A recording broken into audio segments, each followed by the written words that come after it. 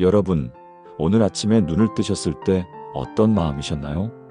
혹시 침대에서 일어나기도 전에 벌써 오늘 해야 할 일들이 머릿속을 스쳐 지나가면서 한숨이 나오셨나요? 아니면 몸이 무거워서 아침이 와버린 것이 원망스러우셨나요? 정말 많은 분들이 이런 마음으로 하루를 시작하고 계실 것입니다. 사실 현대인들에게 아침이라는 시간은 축복보다는 부담으로 다가오는 경우가 많습니다.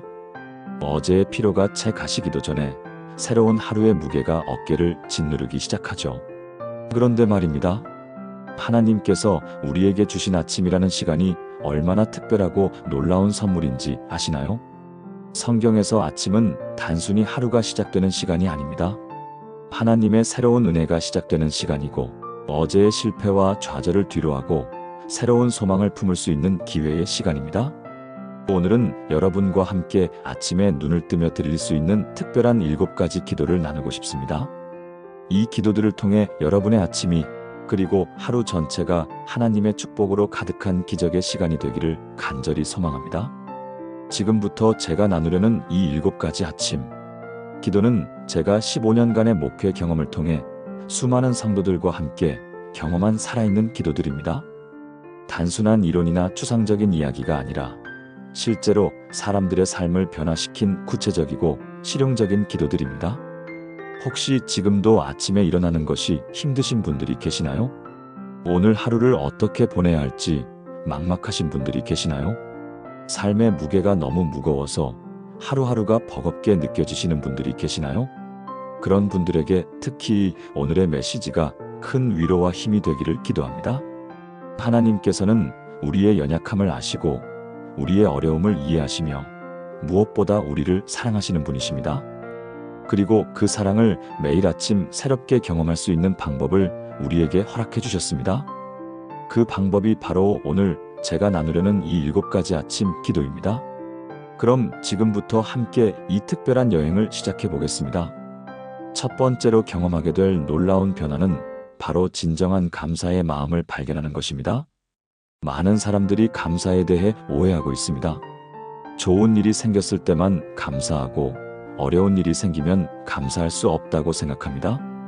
특히 아침에 일어났을 때 몸이 아프거나 마음이 우울하거나 걱정거리가 많으면 감사하기 어렵다고 느낍니다.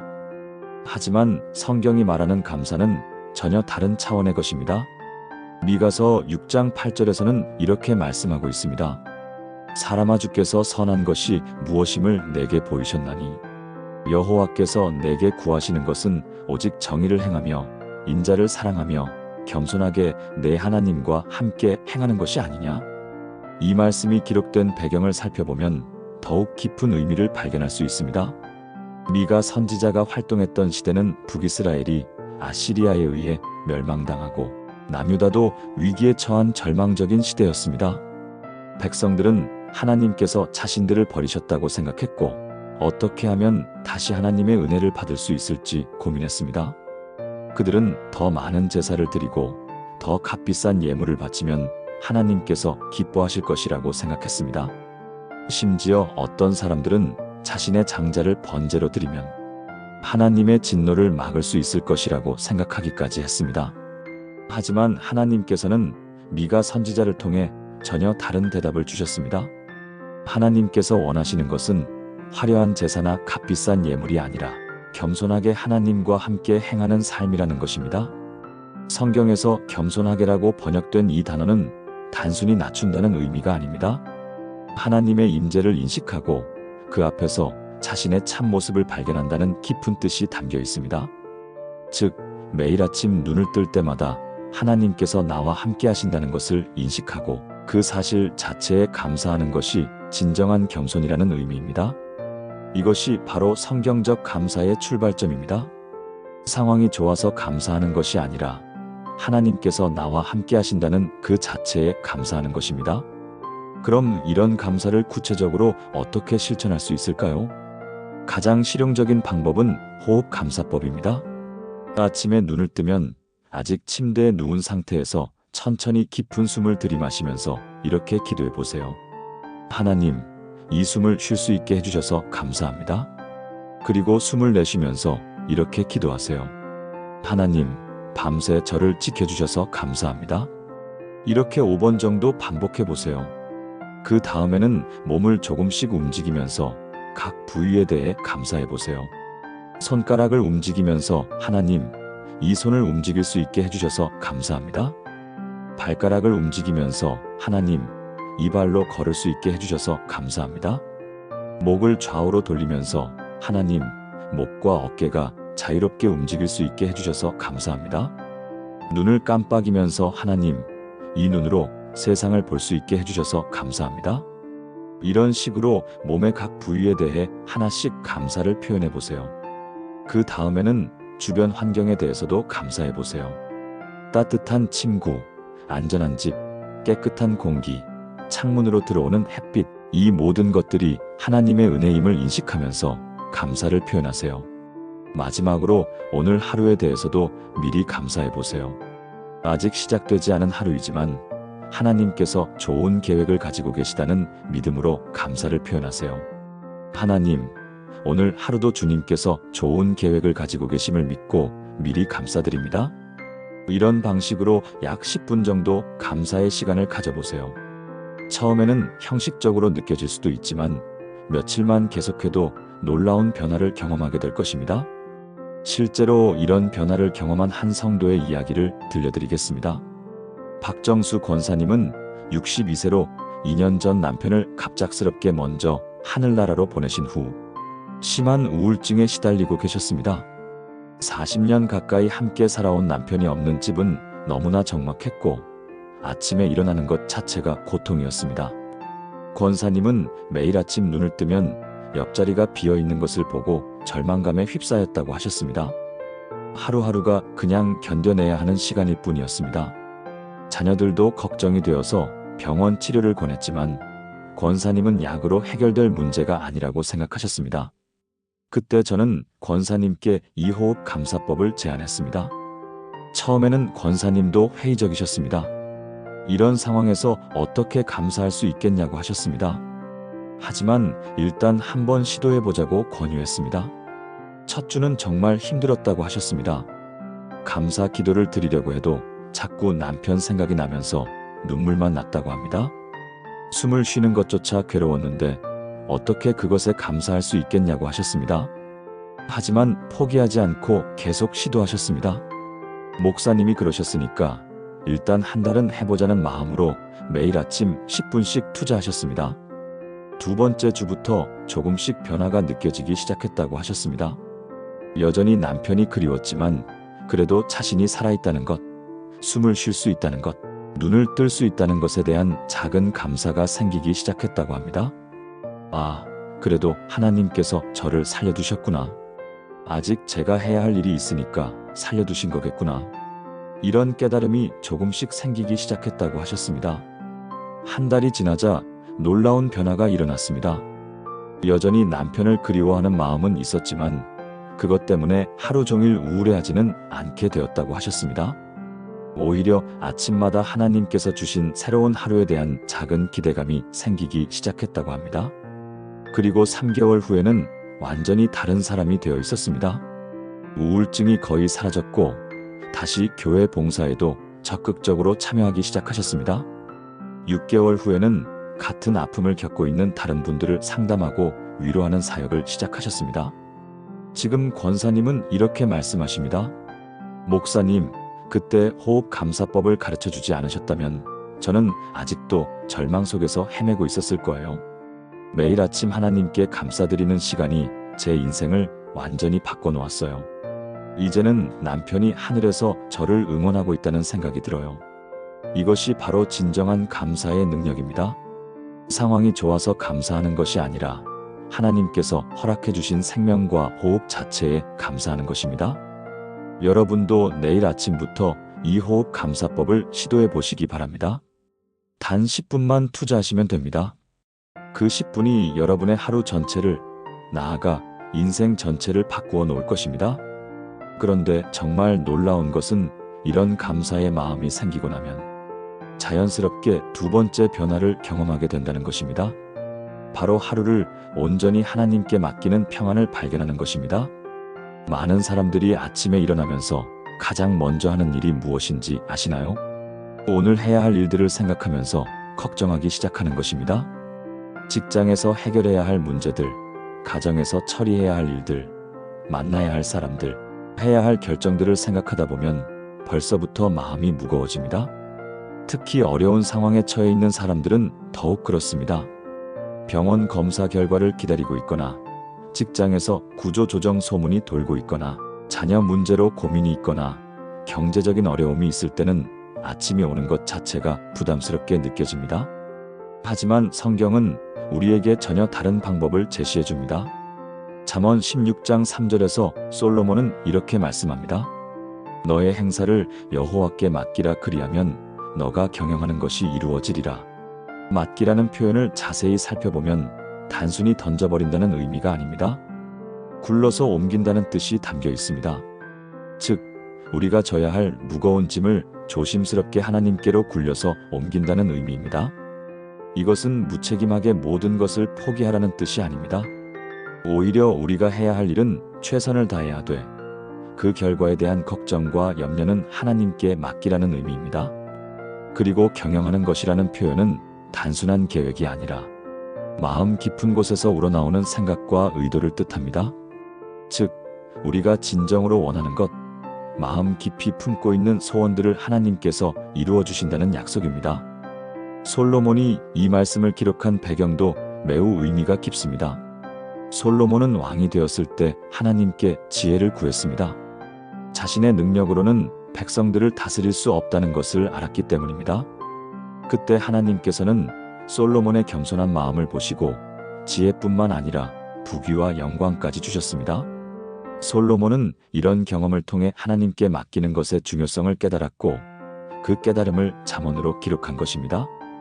그럼 구체적으로 어떻게 하루를 하나님께 맡길 수 있을까요? 가장 실용적인 방법은 일정표 기도법입니다. 아침에 감사 기도를 마친 후 오늘 하루 해야 할 일들을 하나씩 떠올리면서 각각을 하나님께 맡기는 기도를 드리는 것입니다. 먼저 오늘 하루 일정을 머릿속으로 정리해 보세요. 출근길, 중요한 회의, 만나야 할 사람, 처리해야 할 업무, 퇴근 후 해야 할 일들까지 하나씩 떠올려 보세요. 그리고 각 일정마다 구체적으로 하나님께 맡기는 기도를 드려보세요. 예를 들어 중요한 회의가 있다면 이렇게 기도하세요. 하나님, 오늘 10시에 있을 회의를 주님께 맡깁니다. 제가 준비한 자료들이 유용하게 사용되게 해주시고 참석하는 모든 분들이 지혜롭게 판단할 수 있도록 도와주세요. 회의 결과도 주님의 뜻대로 이루어지게 해주세요. 어려운 사람을 만나야 한다면 이렇게 기도하세요. 하나님, 오늘 오후에 만날 김 부장님과의 만남을 주님께 맡깁니다. 제가 지혜롭게 말할 수 있게 해주시고 상대방의 마음도 열어주세요. 서로를 이해하고 좋은 결과가 나올 수 있도록 인도해주세요. 이런 식으로 하루 일정을 하나씩 하나님께 맡기는 기도를 드려보세요. 그리고 마지막에는 전체적으로 하루를 맡기는 기도를 드리세요. 하나님, 오늘 하루 제가 계획한 모든 일들과 예상하지 못한 일들까지 모두 주님께 맡깁니다. 제 능력으로는 할 수 없는 일들이지만 주님께서 함께 하시면 능치 못할 일이 없음을 믿습니다. 오늘 하루도 주님의 뜻대로 인도해 주세요. 이런 기도를 드리고 나면 신기하게도 마음의 평안이 찾아옵니다. 걱정과 염려가 사라지고 하루를 시작할 용기와 기대감이 생깁니다. 실제로 이런 변화를 경험한 한 사업가의 이야기를 들려드리겠습니다. 이승호 집사님은 52세로 중소기업을 운영하고 계셨는데 3년 전 코로나19로 인해 사업이 정말 어려워졌습니다. 매출은 급격히 줄어들었고 직원들 급여를 주기도 어려운 상황이 되었습니다. 매일 아침 일어나면 오늘은 또 어떤 문제가 생길까 하는 걱정으로 잠을 이룰 수가 없었습니다. 밤에 잠들기 전에도 내일 해야 할 일들을 생각하면 가슴이 답답해져서 새벽까지 뒤척였습니다. 그런 상태가 6개월 정도 계속되자 몸과 마음이 모두 지쳐갔습니다. 혈압도 올라가고 소화도 잘 안 되고 가족들과의 관계도 예전 같지 않았습니다. 그때 저는 집사님께 이 일정표 기도법을 제안했습니다. 처음에는 집사님도 반신반의하셨습니다. 목사님, 기도로 사업이 해결될까요? 이런 현실적인 문제들은 기도보다는 구체적인 행동이 필요한 것 아닌가요? 하지만 일단 한번 시도해보자고 권유했습니다. 집사님은 다음 날부터 매일 아침 30분씩 일정표 기도를 시작하셨습니다. 하루 일정을 하나씩 떠올리면서 각각을 하나님께 맡기는 기도를 드렸습니다. 은행 대출 상담, 거래처 미팅, 직원들과의 면담, 새로운 사업 아이템 검토 등 모든 일정을 구체적으로 하나님께 맡겼습니다. 첫 주는 별다른 변화가 없었습니다. 여전히 어려운 상황들이 계속되었고 스트레스도 그대로였습니다. 하지만 집사님은 포기하지 않고 계속 기도하셨습니다. 두 번째 주부터 조금씩 변화가 느껴지기 시작했다고 하셨습니다. 먼저 마음의 평안이 찾아왔습니다. 똑같은 어려운 상황이지만 그것을 대하는 마음가짐이 달라졌습니다. 하나님께 맡겼으니까 내가 할 수 있는 최선을 다하고 결과는 하나님께서 해주시겠지. 이런 마음이 생기기 시작했다고 합니다. 그러자 일을 처리하는 능률도 올라갔습니다. 걱정과 염려에 시간을 빼앗기지 않고 오롯이 일에만 집중할 수 있게 되었기 때문입니다. 한 달이 지나자 더욱 놀라운 일들이 일어나기 시작했습니다. 평소에 거래가 뜸했던 업체에서 갑자기 큰 주문이 들어왔습니다. 새로운 거래처도 소개받게 되었습니다. 은행에서도 예상보다 좋은 조건으로 대출을 받을 수 있게 되었습니다. 집사님은 이렇게 말씀하셨습니다. 목사님, 정말 신기해요. 제가 아무것도 특별히 더한 게 없는데 상황들이 하나둘씩 풀리기 시작하는 거예요. 하나님께서 정말로 제 일들을 처리해 주시는 것 같아요. 6개월 후에는 사업이 완전히 안정화되었습니다. 코로나19 이전보다도 더 좋은 상황이 되었습니다. 지금 집사님은 직원들과 함께 매주 아침 회사에서 간단한 기도 모임을 갖고 계십니다. 그날의 업무들을 하나님께 맡기는 기도를 직원들과 함께 드리신다고 합니다. 목사님, 일정표 기도법을 배운 이후로 제 인생이 완전히 달라졌어요. 이제는 아무리 어려운 일이 생겨도 두렵지 않아요. 하나님께 맡기면 되니까요.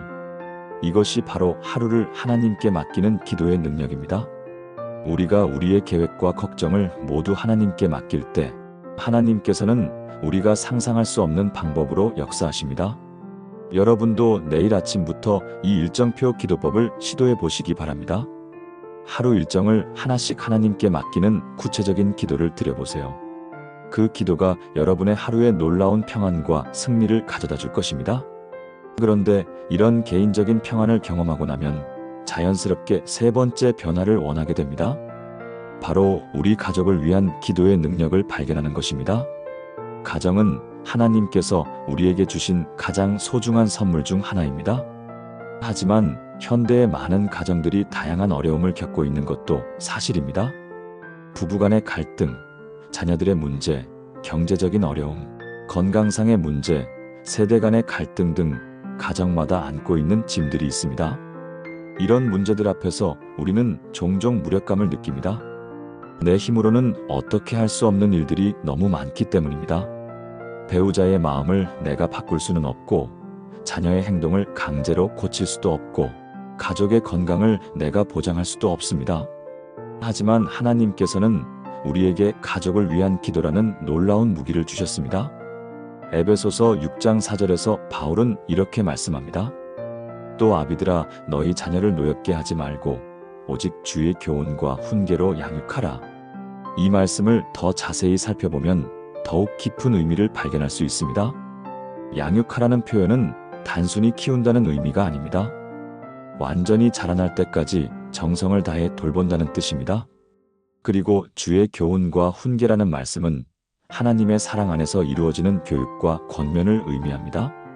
즉, 가족을 양육한다는 것은 단순히 생활비를 대거나 좋은 환경을 만들어주는 것이 아니라 하나님의 사랑과 지혜로 그들을 돌보는 것을 의미합니다. 그리고 그 돌봄의 가장 핵심적인 부분이 바로 기도입니다. 바울이 이 말씀을 기록한 배경도 매우 의미가 깊습니다. 에베소는 당시 로마 제국의 주요 도시 중 하나였지만 동시에 우상 숭배가 매우 심한 곳이었습니다. 특히 아르테미스 신전이 있어서 온갖 종류의 미신과 악한 영향력들이 넘쳐나는 곳이었습니다. 에베소의 그리스도인 가정들은 이런 악한 환경 속에서 자녀들을 키워야 하는 어려움이 있었습니다. 바울은 이런 상황을 잘 알고 있었기 때문에 단순한 교육 방법이 아니라 하나님의 능력에 의존해야 한다고 강조한 것입니다. 그럼 구체적으로 어떻게 가족을 위한 기도를 드릴 수 있을까요? 가장 실용적인 방법은 가족 명단 기도법입니다. 아침 기도 시간에 가족 구성원 한 사람씩을 떠올리면서 그 사람을 위한 구체적인 기도를 드리는 것입니다. 먼저 배우자를 위한 기도부터 시작해 보세요. 배우자의 이름을 부르면서 그 사람의 하루 일정과 고민거리들을 떠올려 보세요. 그리고 구체적으로 기도해 보세요. 하나님, 제 남편 안의 영을 축복해 주세요. 오늘 하루 직장에서 지혜롭게 일할 수 있도록 도와주시고 건강도 지켜주세요. 특히 요즘 스트레스를 많이 받고 있는데 마음의 평안을 주시고 문제들이 잘 해결되도록 인도해 주세요. 그 다음에는 자녀들을 위한 기도를 드려보세요. 각 자녀의 이름을 부르면서 그 아이만의 특별한 필요들을 위해 기도하세요. 하나님, 제 아들, 딸 영을 축복해 주세요. 학교에서 좋은 친구들을 만나게 해주시고 공부도 지혜롭게 할 수 있도록 도와주세요. 특히 요즘 진로 문제로 고민이 많은데 하나님의 뜻을 발견할 수 있도록 인도해 주세요. 부모님이 살아계신다면 부모님을 위한 기도도 드려보세요. 하나님, 제 부모님을 축복해 주세요. 건강을 지켜주시고 외로우지 않도록 좋은 일들로 채워주세요. 특히 아버지의 관절염이 호전되도록 치유해 주시고 어머니의 불면증도 낫게 해주세요. 이런 식으로 가족 구성원 한 사람씩을 위해 구체적이고 개인적인 기도를 드려보세요. 단순히 가족을 축복해 주세요라고 하는 포괄적인 기도가 아니라 각 사람의 이름을 부르고 그 사람만의 특별한 필요를 위해 기도하는 것입니다. 그리고 마지막에는 가정 전체를 위한 기도를 드리세요. 하나님, 저희 가정을 축복해 주세요. 서로 사랑하고 이해하는 가정이 되게 해주시고 하나님을 중심으로 하는 신앙의 가정이 되게 해주세요. 경제적인 필요도 채워주시고 건강도 지켜주세요. 이런 기도를 매일 아침 드리다 보면 놀라운 변화들을 경험하게 됩니다. 실제로 이런 변화를 경험한 한 가정의 이야기를 들려드리겠습니다. 김철수, 김영애 부부는 40대 중반으로 고등학생 아들과 중학생 딸을 두고 계셨습니다. 몇 년 전부터 가정에 여러 가지 문제들이 생기기 시작했습니다. 고등학생 아들은 성적이 계속 떨어지면서 부모와 대화를 거부했고 중학생 딸은 사춘기에 접어들면서 반항이 심해졌습니다. 부부 사이도 아이들 문제로 인해 갈등이 많아졌습니다. 아버지는 아이들에게 더 엄격하게 해야 한다고 했고 어머니는 이해하고 기다려줘야 한다고 했습니다. 이런 갈등이 계속되면서 가정 분위기가 점점 어두워졌습니다. 저녁 식사 시간에도 대화가 없고 각자 자기 방에서만 시간을 보내는 경우가 많아졌습니다. 김철수 집사님은 이런 상황이 너무 답답해서 상담을 요청하셨습니다. 목사님, 우리 가정이 이렇게 된 이유가 뭘까요? 어떻게 하면 예전처럼 화목한 가정으로 돌아갈 수 있을까요? 그때 저는 이 가족 명단 기도법을 제안했습니다. 부부가 함께 매일 아침 가족 구성원 한 사람씩을 위해 기도하자고 권했습니다. 처음에는 부부 모두 반신반의하셨습니다. 목사님, 기도로 아이들의 마음이 바뀔까요? 이미 관계가 이렇게 나빠진 상황에서 기도가 효과가 있을까요? 하지만 일단 한번 시도해보자고 권유했습니다. 부부는 다음 날부터 매일 아침 6시에 거실에서 만나서 30분간 가족 기도 시간을 갖기 시작했습니다. 아들을 위해, 딸을 위해, 그리고 서로를 위해 구체적으로 기도했습니다. 첫 달은 별다른 변화가 없었습니다. 아이들은 여전히 부모를 피했고 가정 분위기도 그대로였습니다. 오히려 부부는 매일 아침 일찍 일어나야 하는 것이 힘들다고 하셨습니다. 하지만 포기하지 않고 계속 기도하셨습니다. 두 번째 달부터 조금씩 변화가 나타나기 시작했습니다. 먼저 부부 관계가 개선되었습니다. 매일 함께 기도하면서 서로를 위해 기도하다 보니 서로에 대한 이해와 사랑이 깊어졌습니다. 아이들 문제로 갈등할 때도 일단 기도하고 결정하자는 마음가짐이 생겼습니다. 그리고 세 번째 달에는 아이들에게도 변화가 나타나기 시작했습니다. 고등학생 아들이 먼저 부모님께 다가왔습니다. 엄마, 아빠, 요즘 매일 아침 뭐 하시는 거예요? 일찍 일어나서 거실에서 뭔가 하시던데 그때 어머니가 솔직하게 대답했습니다. 우리가 너와 너희 누나를 위해 기도하고 있어. 너희를 사랑하는데 어떻게 표현해야 할지 몰라서 하나님께 도움을 구하고 있는 거야. 아들은 그 말을 듣고 놀랐다고 합니다. 부모님이 자신을 위해 매일 기도하고 계신다는 것을 처음 알았다고 했습니다. 그 후부터 아들의 태도가 조금씩 바뀌기 시작했습니다. 부모님과 대화를 피하지 않게 되었고 학교 일이나 친구들 이야기도 조금씩 하기 시작했습니다. 6개월 후에는 딸도 변화하기 시작했습니다. 반항적이던 태도가 누그러지고 가족과 함께 시간을 보내는 것을 싫어하지 않게 되었습니다. 1년 후에는 완전히 다른 가정이 되어 있었습니다.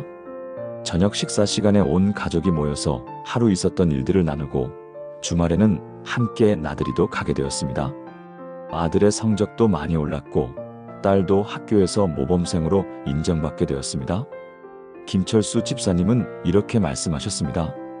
목사님, 정말 신기해요. 저희가 아이들에게 특별히 뭔가 다르게 한 것도 없는데 가정 분위기가 완전히 바뀌었어요. 매일 아침 기도하면서 저희 부부의 마음도 바뀌었고 그것이 아이들에게도 전해진 것 같아요. 지금 이 가정은 매주 토요일 아침에 온 가족이 함께 기도하는 시간을 갖고 계십니다. 각자 한 주간 감사한 일들을 나누고 다음 주에 기대하는 일들을 위해 함께 기도한다고 합니다. 목사님, 가족 기도를 시작한 이후로 우리 가정이 진짜 가정다워졌어요. 이제는 집에 들어오는 것이 즐거워요. 이것이 바로 가족을 위한 아침 기도의 놀라운 능력입니다. 우리가 가족을 위해 간절히 기도할 때 하나님께서는 우리 가정의 치유와 회복의 역사를 일으키십니다. 기도는 단순히 우리의 소원을 하나님께 아뢰는 것이 아닙니다. 하나님의 마음과 우리의 마음을 연결하는 통로이고 하나님의 사랑이 우리 가정에 흘러들어오는 통로입니다. 여러분도 내일 아침부터 가족 명단 기도법을 시도해 보시기 바랍니다. 가족 구성원 한 사람 한 사람의 이름을 부르면서 그들을 위해 구체적으로 기도해 보세요. 그 기도가 여러분의 가정을 하나님의 사랑이 넘치는 축복의 가정으로 변화시킬 것입니다. 그런데 말입니다. 가족을 위한 기도와 함께 우리가 빼놓지 말아야 할 또 다른 중요한 기도가 있습니다. 바로 우리의 직장과 일터를 위한 기도입니다. 현대인들에게 직장은 단순히 돈을 버는 곳이 아닙니다. 하루 중 가장 많은 시간을 보내는 곳이고 다양한 사람들과 관계를 맺는 곳이며 우리의 재능과 능력을 발휘하는 곳입니다. 그렇기 때문에 직장에서의 생활이 우리의 전체적인 삶의 질을 좌우한다고 해도 과언이 아닙니다. 하지만 많은 사람들이 직장에서 어려움을 겪고 있습니다. 상사와의 갈등, 동료들과의 경쟁, 과도한 업무 스트레스, 불안한 미래, 부당한 대우 등 직장 생활의 어려움은 정말 다양합니다. 특히 최근에는 경기 불황과 구조 조정으로 인해 직장인들의 스트레스가 더욱 심해지고 있는 상황입니다. 이런 문제들을 해결하는 가장 확실한 방법이 바로 직장을 위한 아침 기도입니다.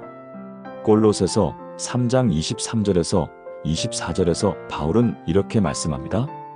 무엇을 하든지 마음을 다하여 주께 하듯 하고 사람에게 하듯 하지 말라. 이는 주께 상을 받을 줄 알미라. 너희는 주 그리스도를 섬기느니라. 이 말씀을 더 자세히 살펴보면 더욱 깊은 의미를 발견할 수 있습니다. 마음을 다하여라는 표현은 단순히 열심히 한다는 의미가 아닙니다. 영혼의 깊은 곳에서 우러나오는 진심으로 한다는 뜻입니다. 그리고 주께 하듯이라는 말씀은 예수님을 직접 섬기듯이 한다는 의미입니다. 즉, 우리가 직장에서 하는 모든 일을 예수님께 하는 것처럼 여기고 최선을 다하라는 말씀입니다. 바울이 이 말씀을 기록한 배경도 매우 의미가 깊습니다. 골로새는 소아시아의 작은 도시였는데 당시 그곳의 그리스도인들 중에는 노예들이 많이 있었습니다. 노예들은 주인을 위해 일해야 했는데 때로는 불공정한 대우를 받기도 했습니다. 바울은 이런 어려운 상황에서도 그들이 좌절하지 않고 주님을 섬기는 마음으로 일할 수 있도록 격려한 것입니다. 이 말씀은 현대의 직장인들에게도 동일하게 적용됩니다. 우리가 직장에서 하는 모든 일이 하나님을 섬기는 거룩한 사역이라는 관점을 갖게 되면 직장 생활에 대한 태도가 완전히 달라집니다. 단순히 월급을 받기 위해 억지로 하는 일이 아니라 하나님께서 맡겨주신 사명을 감당하는 일이 됩니다. 그럼 구체적으로 어떻게 직장을 위한 기도를 드릴 수 있을까요?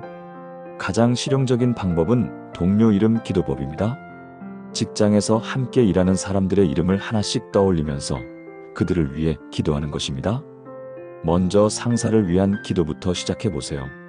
비록 때로는 어려움을 주는 상사일지라도 그 사람을 위해 기도해 보세요. 하나님, 저희 부장님을 축복해 주세요.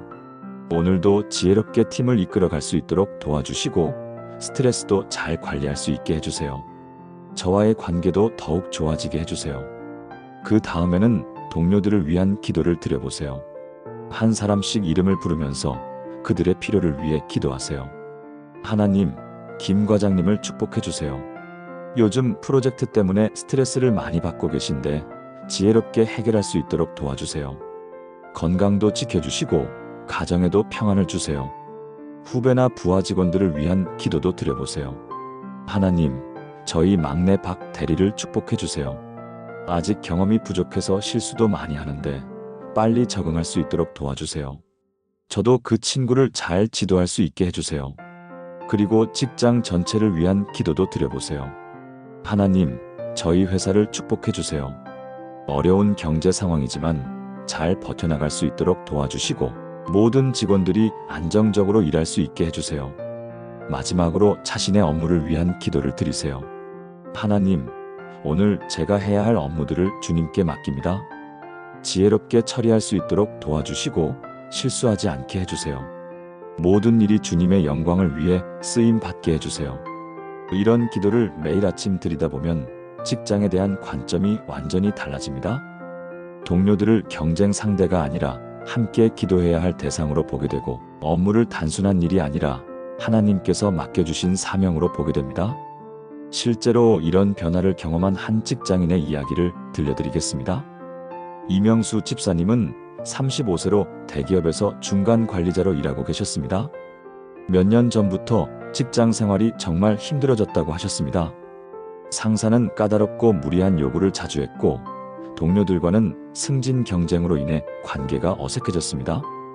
부하 직원들은 말을 잘 듣지 않았고 업무량은 계속 늘어만 갔습니다. 매일 아침 출근하는 것 자체가 고통이었다고 하셨습니다. 지하철을 타고 가면서도 오늘은 또 무슨 일이 생길까 하는 걱정으로 가슴이 답답했습니다. 집에 돌아와서도 내일 일을 생각하면 스트레스가 쌓였습니다. 이런 상태가 1년 정도 계속되자 몸과 마음이 모두 지쳐갔습니다. 불면증이 생겼고 소화도 잘 안 되었으며 가족들과의 관계도 예전 같지 않았습니다. 그때 저는 집사님께 이 동료 이름 기도법을 제안했습니다. 처음에는 집사님도 이해하기 어려워하셨습니다. 목사님, 저를 힘들게 하는 사람들을 위해 기도하라고요? 그게 가능할까요? 특히 상사를 위해 기도하는 것은 정말 어려울 것 같다고 하셨습니다. 하지만 일단 한번 시도해보자고 권유했습니다. 집사님은 다음 날부터 매일 아침 30분씩 동료들을 위한 기도를 시작하셨습니다. 처음에는 정말 힘들었다고 하셨습니다. 마음으로는 그 사람들이 미웠는데 입으로는 축복 기도를 해야 하니까 모순 같았다고 합니다. 하지만 포기하지 않고 계속 기도하셨습니다. 일주일 정도 지나자 조금씩 변화가 느껴지기 시작했다고 하셨습니다. 먼저 동료들을 보는 시각이 달라지기 시작했습니다. 그들도 나와 같은 어려움을 겪고 있는 사람들이라는 생각이 들기 시작했다고 합니다. 그러자 자연스럽게 그들에 대한 적대감이 줄어들었습니다. 한 달이 지나자 더욱 놀라운 변화가 일어났습니다. 집사님의 태도가 달라지면서 동료들도 집사님을 다르게 대하기 시작했습니다. 예전에는 서로 견제하고 경계했는데 이제는 서로 도와주려고 하기 시작했습니다. 특히 상사와의 관계가 크게 개선되었습니다. 3개월 후에는 팀 전체의 분위기가 완전히 달라졌다고 하셨습니다. 서로 격려하고 협력하는 분위기가 되었고 업무 효율도 크게 향상되었습니다. 6개월 후에는 집사님이 팀장으로 승진하게 되었습니다. 상사와 동료들 모두가 집사님의 리더십을 인정했기 때문입니다. 지금 집사님은 새로운 팀원들과 함께 더욱 행복하게 일하고 계십니다. 그리고 팀 회식 때마다 간단한 감사 인사를 하신다고 합니다. 목사님, 정말 신기해요. 제가 동료들을 위해 기도하기 시작한 후로 직장이 완전히 다른 곳이 된 것 같아요. 이제는 출근하는 것이 즐거워요. 지금 집사님은 후배들에게도 이 기도법을 알려주고 계십니다. 후배들에게 항상 이야기해요. 직장에서 어려움이 있으면 불평하지 말고 기도하라고. 그러면 하나님께서 상황을 바꿔주신다고요. 이것이 바로 직장을 위한 아침 기도의 놀라운 능력입니다. 우리가 우리의 직장 생활을 하나님께 맡기고 동료들을 위해 기도할 때 하나님께서는 우리의 직장을 축복의 터전으로 바꿔주십니다. 여러분도 내일 아침부터 동료 이름 기도법을 시도해 보시기 바랍니다. 여러분의 상사를 위해, 동료들을 위해, 부하 직원들을 위해, 그리고 여러분 자신을 위해 기도하시기 바랍니다. 그 기도가 여러분의 직장 생활을 완전히 새롭게 만들어줄 것입니다. 그런데 이렇게 일상의 여러 영역에서 하나님의 은혜를 경험하다 보면 자연스럽게 다섯 번째 필요를 느끼게 됩니다. 바로 건강과 보호하심을 구하는 기도입니다. 건강은 우리가 하나님께로부터 받은 가장 소중한 선물 중 하나입니다. 건강해야 가족을 돌볼 수 있고 일을 할 수 있고 하나님을 섬길 수 있습니다. 하지만 현대인들은 다양한 건강의 위협에 노출되어 있습니다. 스트레스, 환경오염, 잘못된 생활습관, 각종 질병, 교통사고, 범죄 등 우리의 건강과 안전을 해치는 요소들이 너무나 많습니다. 특히 최근에는 코로나19와 같은 전염병으로 인해 건강에 대한 불안감이 더욱 커지고 있는 상황입니다. 이런 상황에서 우리에게 필요한 것이 바로 건강과 보호하심을 구하는 기도입니다. 시편 91편 10절에서 12절에서 다윗은 이렇게 노래합니다. 화가 내게 미치지 못하며 재앙이 내 장막에 가까이 오지 못하리니 그가 너를 위하여 그의 천사들을 명령하사 내 모든 길에서 너를 지키게 하심이라. 그들이 그들의 손으로 너를 붙들어 발이 돌에 부딪히지 아니하게 하리로다. 이 말씀을 더 자세히 살펴보면 더욱 깊은 의미를 발견할 수 있습니다. 지키게 하심이라는 표현은 단순히 보호한다는 의미가 아닙니다. 마치 보초병이 성문을 지키듯이 철저하게 감시하고 보호한다는 뜻입니다. 그리고 내 모든 길에서라는 말씀은 우리가 가는 모든 길, 즉 우리 인생의 모든 영역을 의미합니다. 즉 하나님께서는 천사들을 명령하셔서 우리 인생의 모든 영역에서 보초병처럼 우리를 지켜주신다는 약속입니다. 다윗이 이 시편을 쓴 배경도 매우 의미가 깊습니다. 다윗은 사울 왕의 추격을 받아 도망다니며 생명의 위험에 처한 상황에서 이 시편을 썼습니다. 언제 적들의 공격을 받을지 모르는 불안한 상황이었지만 다윗은 하나님께서 자신을 지켜주실 것을 확신했습니다. 그리고 실제로 하나님께서는 다윗을 모든 위험에서 보호해 주셨습니다. 이 약속은 현대를 살아가는 우리에게도 동일하게 적용됩니다. 하나님께서는 우리의 몸과 마음을 지켜주시고 각종 질병과 재앙으로부터 보호해 주시는 분이십니다. 그럼 구체적으로 어떻게 건강과 보호하심을 위한 기도를 드릴 수 있을까요? 가장 실용적인 방법은 신체 부위별 기도법입니다.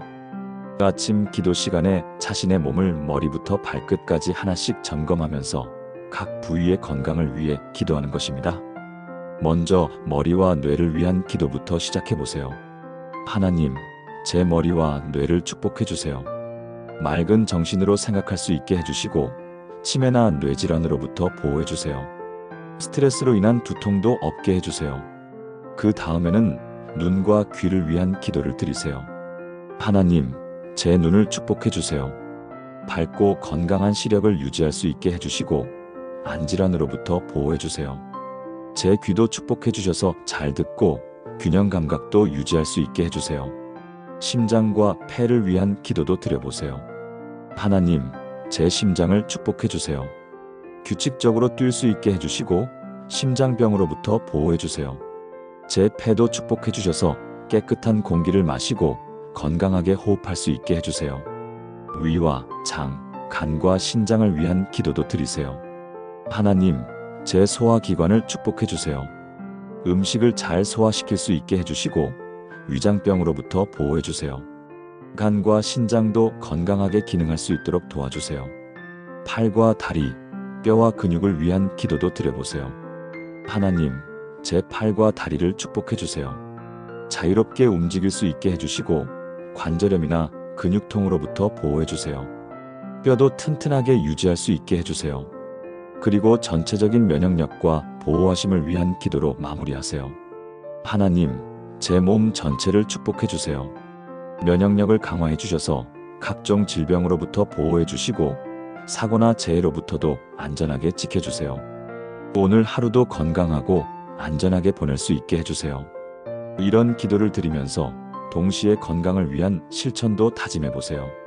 규칙적인 운동, 균형 잡힌 식단, 충분한 수면, 금연과 금주 등 건강한 생활 습관을 유지하겠다는 다짐도 함께 하는 것입니다. 기도와 실천이 함께할 때 더욱 큰 효과를 볼 수 있습니다. 실제로 이런 변화를 경험한 한 성도의 간증을 들려드리겠습니다. 최영애 집사님은 58세로 몇 년 전 건강검진에서 당뇨병 초기 진단을 받으셨습니다. 혈압도 높았고 콜레스테롤 수치도 정상보다 높았습니다. 의사는 약물 치료와 함께 생활 습관 개선이 필요하다고 했습니다. 하지만 집사님은 오랫동안 형성된 생활 패턴을 바꾸는 것이 쉽지 않았습니다. 운동은 귀찮고 식단 조절은 힘들고 약 먹는 것도 자꾸 깜빡했습니다. 몇 달이 지났지만 별다른 개선이 없었고 오히려 수치들이 더 나빠졌습니다. 그때 집사님은 정말 심각하게 걱정이 되기 시작했습니다. 이러다가 정말 큰 병에 걸리는 것은 아닐까? 그래서 저에게 상담을 요청하셨습니다. 그때 저는 이 신체 부위별 기도법을 제안했습니다. 매일 아침 자신의 몸을 위해 구체적으로 기도하면서 동시에 건강한 생활 습관을 실천해보자고 권했습니다. 집사님은 다음 날부터 매일 아침 20분씩 건강 기도 시간을 갖기 시작했습니다. 몸의 각 부위를 하나씩 점검하면서 하나님께 맡기는 기도를 드렸습니다. 그리고 기도를 마친 후에는 30분간 산책을 하기로 다짐했습니다. 처음에는 몸이 무겁고 귀찮았지만 하나님께 기도한 것이니까 실천해야겠다는 마음으로 억지로라도 나가셨습니다. 일주일 정도 지나자 조금씩 변화가 느껴지기 시작했다고 하셨습니다. 매일 아침 자신의 몸을 위해 기도하다 보니 몸에 대한 관심이 커졌습니다. 하나님께서 주신 몸인데 내가 잘 관리해야겠구나. 이런 마음이 생기기 시작했다고 합니다. 한 달이 지나자 더욱 적극적으로 건강 관리를 하게 되었습니다. 산책 시간을 늘리고 식단도 조절하기 시작했습니다. 금지된 음식들을 먹고 싶을 때도 하나님께 기도했으니까 참아야지라는 마음으로 절제했습니다. 3개월 후 병원에서 다시 검사를 받았는데 놀라운 결과가 나왔습니다. 혈당 수치가 정상 범위로 떨어졌고 혈압과 콜레스테롤 수치도 크게 개선되었습니다. 의사도 깜짝 놀라면서 무엇을 하셨길래 이렇게 좋아졌나요? 라고 물었다고 합니다. 6개월 후에는 약을 끊어도 될 정도로 건강이 회복되었습니다. 체중도 10kg 가까이 빠졌고 몸이 훨씬 가벼워졌다고 하셨습니다. 지금 집사님은 매일 아침 1시간씩 등산을 하고 계십니다. 건강한 식단으로 요리하는 것도 즐거워하시고 같은 문제를 겪고 있는 다른 분들에게 경험을 나누는 사역도 하고 계십니다. 목사님, 신체 부위별 기도법을 배운 이후로 제 인생이 완전히 달라졌어요. 몸도 건강해졌고 마음도 평안해졌어요. 매일 아침 하나님께 제 몸을 맡기는 기도를 드리니까 하루 종일 안심이 돼요. 지금 집사님은 교회에서 건강관리 소그룹을 인도하고 계십니다. 함께 운동하고 건강한 요리법도 나누고 무엇보다 서로의 건강을 위해 기도해주는 모임입니다. 이것이 바로 건강과 보호하심을 위한 아침 기도의 놀라운 능력입니다. 하나님께서는 우리의 몸과 마음을 지켜주시고 치유해주시는 분이십니다. 동시에 우리로 하여금 건강한 생활 습관을 실천할 수 있는 의지와 능력도 주십니다. 여러분도 내일 아침부터 신체 부위별 기도법을 시도해 보시기 바랍니다. 여러분 자신의 건강뿐만 아니라 가족들의 건강, 사랑하는 사람들의 건강을 위해서도 기도하시기 바랍니다. 그 기도가 여러분과 여러분의 가정에 하나님의 치유와 보호하심을 가져다 줄 것입니다. 그런데 건강한 몸을 유지하는 것과 함께 우리에게 꼭 필요한 또 다른 것이 있습니다. 바로 올바른 판단을 할 수 있는 지혜와 인생의 방향을 제시해주는 하나님의 인도하심입니다. 인생을 살다 보면 수많은 선택의 순간들을 만나게 됩니다. 직업을 선택해야 하고, 결혼 상대를 선택해야 하고, 집을 선택해야 하고, 자녀 교육 방법을 선택해야 하고, 투자를 선택해야 합니다. 이런 선택들이 우리의 인생을 좌우하는 중요한 순간들입니다. 하지만 우리의 지혜로는 한계가 있습니다. 미래를 알 수 없고 모든 상황을 다 파악할 수도 없습니다. 특히 현대 사회는 너무나 복잡하고 빠르게 변화하기 때문에 올바른 판단을 내리기가 더욱 어려워지고 있습니다. 이런 상황에서 우리에게 필요한 것이 바로 하나님의 지혜와 인도하심입니다. 잠언 3장 5절에서 6절에서 솔로몬은 이렇게 말씀합니다. 너는 마음을 다하여 여호와를 신뢰하고 내 명철을 의지하지 말라. 너는 범사에 그를 인정하라. 그리하면 내 길을 지도하시리라. 이 말씀을 더 자세히 살펴보면 더욱 깊은 의미를 발견할 수 있습니다. 가서라는 표현은 단순히 움직인다는 의미가 아닙니다. 목적을 가지고 적극적으로 나아간다는 뜻입니다. 그리고 모든 민족을이라는 말씀은 모든 종족, 모든 계층, 모든 사람을 의미합니다. 제자로 삼아라는 표현은 단순히 신자로 만든다는 의미가 아닙니다. 예수님을 따르는 진정한 제자로 양육한다는 뜻입니다. 즉, 이 명령은 단순히 복음을 전하라는 것이 아니라 모든 사람들을 예수님의 참된 제자로 만들어가라는 포괄적인 사명을 의미합니다. 예수님이 이 말씀을 하신 배경도 매우 의미가 깊습니다. 예수님은 십자가에서 죽으시고 부활하신 후 40일 동안 제자들과 함께 계시면서 하나님 나라에 대해 가르치셨습니다. 그리고 승천하시기 직전에 이 위대한 사명을 제자들에게 맡기셨습니다. 이것은 단순히 11명의 제자들에게만 주신 명령이 아닙니다. 모든 시대의 모든 그리스도인들이 감당해야 할 사명입니다. 그런데 많은 그리스도인들이 이 사명을 목사나 선교사들만 해야 할 일이라고 생각합니다. 하지만 성경은 모든 그리스도인이 어디에 있든지 복음을 전하라고 명령합니다. 물론 전문적인 전도자들이 있지만 모든 성도가 자신의 삶의 자리에서 복음을 증거해야 합니다. 그리고 이 사명을 잘 감당하기 위해서는 매일 아침 전도와 사명을 위한 기도가 필요합니다. 그럼 구체적으로 어떻게 전도와 사명을 위한 기도를 드릴 수 있을까요? 가장 실용적인 방법은 관계망 기도법입니다. 자신 주변의 사람들을 떠올리면서 그들의 구원을 위해 기도하는 것입니다. 먼저 가족 중에서 아직 믿지 않는 분들을 위해 기도해 보세요. 부모님, 형제자매, 배우자, 자녀 중에서 아직 예수님을 믿지 않는 분들이 계신다면 그들의 이름을 부르면서 구원을 위해 기도하세요. 하나님, 제 아버지의 마음을 열어주세요. 복음을 들을 수 있는 기회를 주시고 제가 어떻게 전도해야 할지 지혜를 주세요. 아버지가 예수님을 영접할 수 있도록 성령님께서 역사해 주세요. 직장 동료들을 위한 기도도 드려보세요. 매일 함께 일하는 사람들 중에서 아직 믿지 않는 분들을 위해 기도하세요. 하나님, 저희 부서의 김 과장님을 구원해 주세요. 요즘 가정 문제로 힘들어하고 계시는데 이때 복음이 필요하다는 것을 깨닫게 해주세요. 제가 적절한 때에 복음을 나눌 수 있는 기회를 주세요. 이웃들을 위한 기도도 드려보세요. 같은 아파트에 사는 사람들, 동네에서 자주 만나는 사람들을 위해 기도하세요. 하나님, 윗집에 사시는 할머니를 구원해 주세요. 혼자 사시면서 외로워하시는데 예수님의 사랑을 알게 해주세요. 제가 어떻게 다가가야 할지 지혜를 주세요. 그리고 좀 더 넓게는 이 나라와 세계를 위한 기도도 드려보세요. 하나님, 우리나라의 복음이 더욱 확산되게 해주세요. 특히 복음을 듣지 못한 지역들과 사람들에게 복음이 전해지게 해주세요. 전 세계 선교사들도 축복해 주시고 아직 복음이 전해지지 않은 종족들에게도 복음이 전해지게 해주세요. 마지막으로 자신의 전도를 위한 기도도 드리세요. 하나님, 제게 전도할 기회를 주세요. 오늘도 제가 만나는 사람들 중에 복음이 필요한 사람이 있다면 저를 통해 역사해 주세요. 전도할 용기도 주시고 지혜로운 말도 주세요. 이런 기도를 드리다 보면 놀라운 일들이 일어납니다. 먼저 전도에 대한 부담감이 사라집니다. 전도를 내가 해야 할 일이 아니라 하나님께서 하시는 일이라는 것을 깨닫게 되기 때문입니다.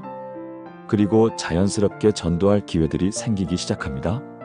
실제로 이런 변화를 경험한 한 평신도 전도자의 이야기를 들려드리겠습니다. 김영수 집사님은 53세로 평범한 직장인이셨습니다. 오랫동안 신앙생활을 해왔지만 전도에는 별로 관심이 없었습니다. 전도는 목사님이나 전도사님들이 하는 일이라고 생각했고 자신은 그냥 성실하게 신앙생활만 하면 된다고 생각했습니다.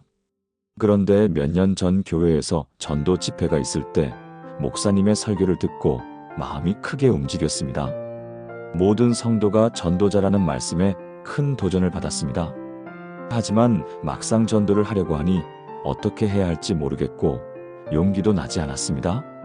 그때 저는 집사님께 이 관계망 기도법을 제안했습니다. 전도를 직접 시도하기 전에 먼저 주변 사람들을 위해 기도부터 시작해보자고 권했습니다.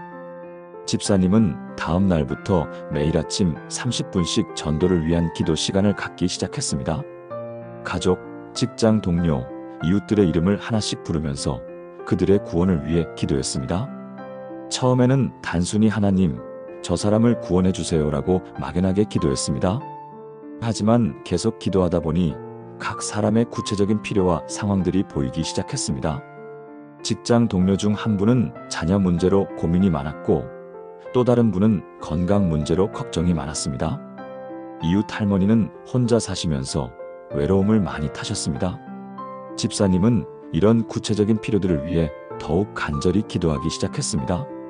한 달 정도 지나자 놀라운 일들이 일어나기 시작했습니다. 먼저 그 사람들에 대한 집사님의 마음이 달라졌습니다. 그냥 전도 대상이 아니라 하나님의 사랑을 받아야 할 소중한 영혼들로 보이기 시작했습니다. 그러자 자연스럽게 그들에게 관심을 갖고 다가가게 되었습니다. 자녀 문제로 고민하는 동료에게는 자신의 경험을 나누면서 위로했습니다. 건강 문제로 걱정하는 분에게는 좋은 병원을 소개해 주었습니다. 이웃 할머니에게는 가끔 음식을 해서 갖다 드렸습니다. 이런 작은 관심과 사랑이 쌓이면서 사람들의 마음이 집사님에게 열리기 시작했습니다. 그리고 자연스럽게 신앙 이야기를 나눌 수 있는 기회들이 생겼습니다. 3개월 후에는 직장 동료 한 분이 교회에 나오기 시작했습니다. 그분은 집사님의 진심 어린 관심에 감동받아서 집사님이 다니는 교회가 궁금해졌다고 하셨습니다.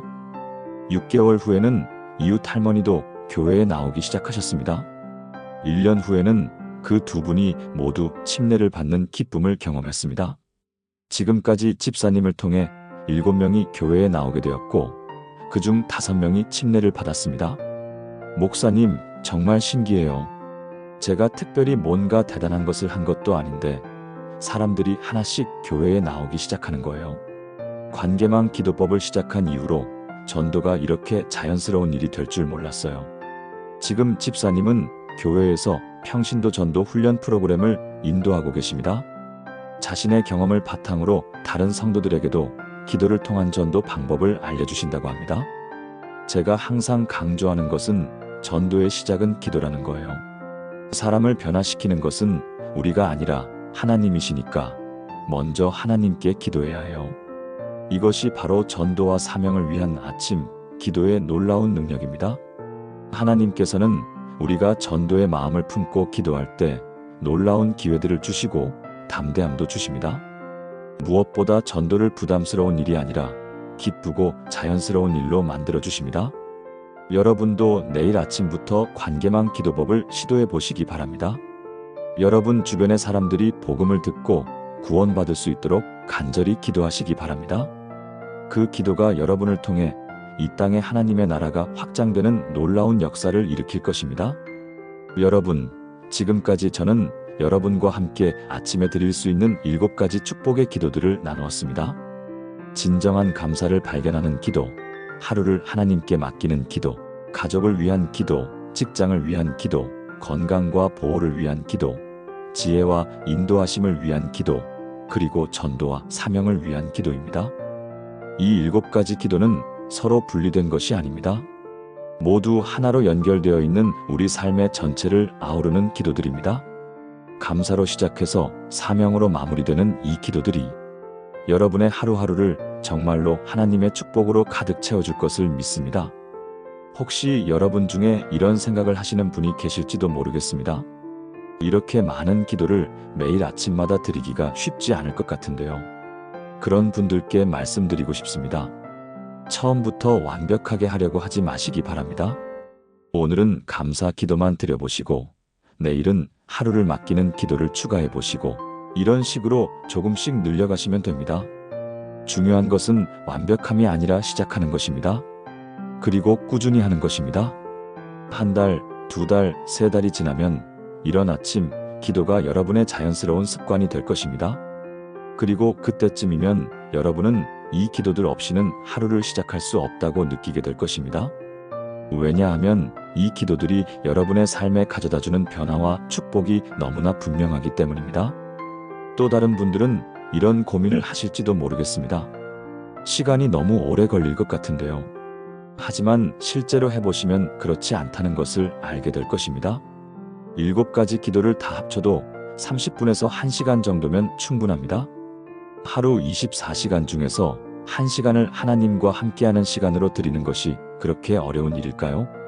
오히려 그 1시간의 기도가 나머지 23시간을 더욱 풍성하고 의미 있게 만들어줄 것입니다. 아침에 하나님과 충분한 시간을 보낸 후에 시작하는 하루는 전혀 다릅니다.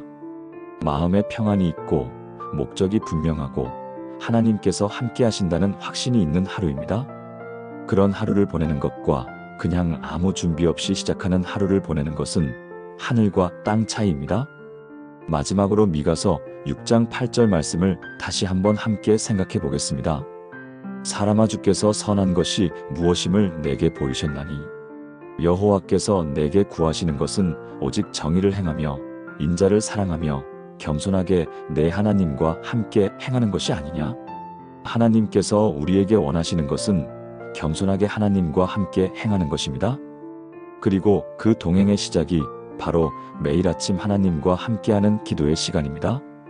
이 기도의 시간을 통해 우리는 하나님의 마음을 알게 되고 하나님의 뜻을 깨닫게 되고 하나님의 능력을 경험하게 됩니다. 그리고 그런 하나님과의 동행이 우리의 삶을 정의롭고 인자하며 겸손한 삶으로 변화시켜 줍니다. 여러분의 내일 아침이 하나님과 함께하는 아름다운 시간으로 시작되기를 간절히 소망합니다. 그리고 그 시간을 통해 여러분의 하루하루가 정말로 기적과 축복으로 가득한 날들이 되기를 기도합니다. 아침에 눈을 뜨며 드리는 이 7가지 기도가 여러분의 삶을 완전히 새롭게 만들어줄 것입니다. 감사가 넘치는 삶, 평안이 가득한 삶, 가족이 화목한 삶, 직장에서 인정받는 삶, 건강하고 안전한 삶, 지혜롭고 바른 삶, 전도하며 사명을 감당하는 삶을 살게 될 것입니다. 여러분, 오늘 이 영상이 도움이 되셨다면 좋아요 버튼을 눌러주시고 여러분의 아침 기도 경험을 댓글로 나눠주시기 바랍니다. 아멘이라는 댓글 하나만 남겨주셔도 큰 힘이 됩니다. 그리고 주변에 이런 축복의 기도가 필요한 분들이 계시다면 이 영상을 공유해 주시기 바랍니다. 여러분의 작은 나눔이 누군가의 인생을 바꾸는 계기가 될 수 있습니다. 하나님께서 여러분의 매일 아침을 은혜와 평강으로 채워주시고 여러분의 기도를 통해 놀라운 기적들을 행하시기를 축복합니다. 오늘도 하나님의 사랑 안에서 행복하고 승리하는 하루 되시기 바랍니다. 내일 아침 여러분이 눈을 뜨는 그 순간부터 하나님과 함께하는 새로운 삶이 시작되기를 소망합니다. 하나님의 축복이 여러분과 여러분의 가정에 넘치기를 기도합니다. 아멘.